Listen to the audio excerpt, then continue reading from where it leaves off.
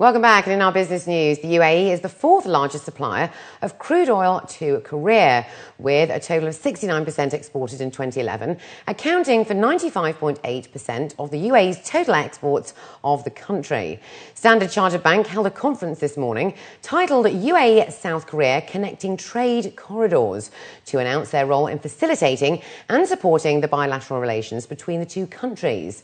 On the 5th of March, a $2 billion agreement was announced, stating that South Korean investments will soon be prevalent in the UAE and will span over a 30-year period in core sectors such as power, energy facilities and other oil and gas alternatives. These segments are considered to be the drivers of growth across the region in the coming years.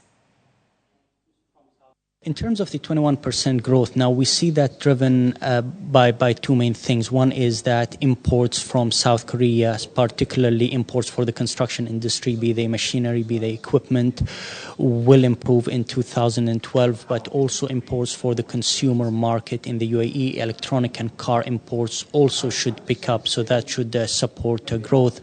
But in terms of exports from the UAE to South Korea, we see them rebounding again. In 2012, the UAE slipped from being the second largest exporter of oil to South Korea to the fourth. We see it gaining strength back again in 2012, particularly given the significance of the oil deal signed recently between the UAE and South Korea.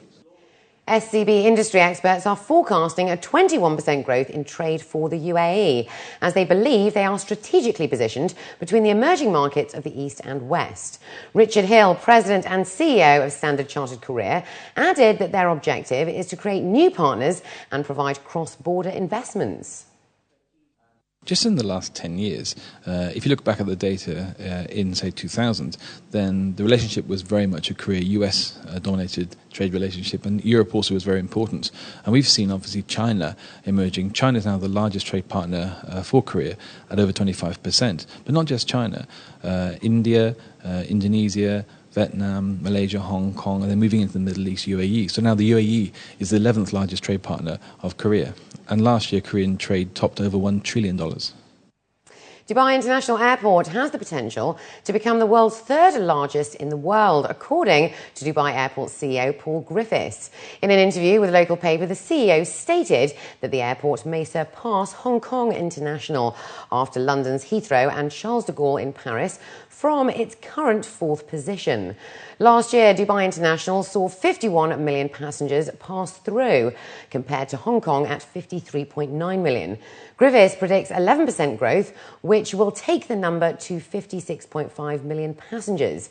He added that the long-term outlook is to reach 90 million people by 2018, which will make it the largest in the world in terms of passenger volume.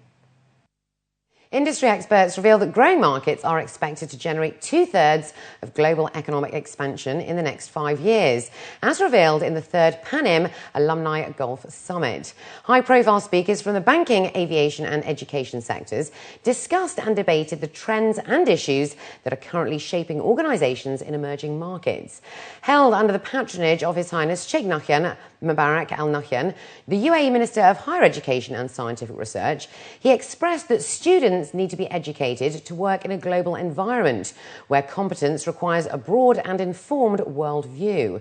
Meanwhile, according to KV Kamath, the chairman of ICICI Bank, reiterated that by providing graduates with thorough training, creates a more stronger and more efficient workforce.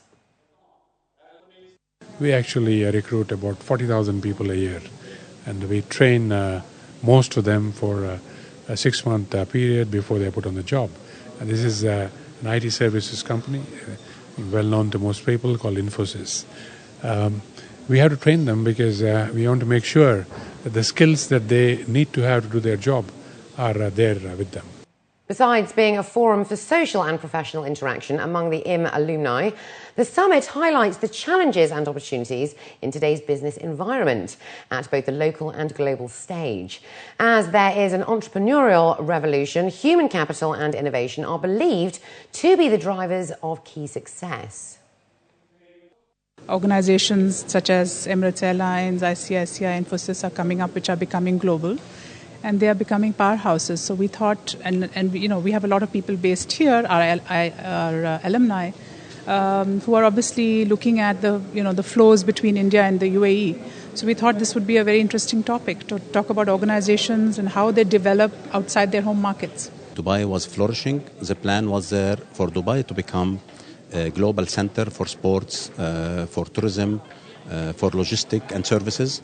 And of course, it was very obvious you cannot succeed without having the right transportation hub and the right transportation mediums.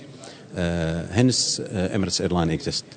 So Emirates, of course, wouldn't have succeeded in the expansion and in the attracting of this amount of passengers and the growth throughout the world without really being based in Dubai. And let's now take a look at the stock indices across the GCC.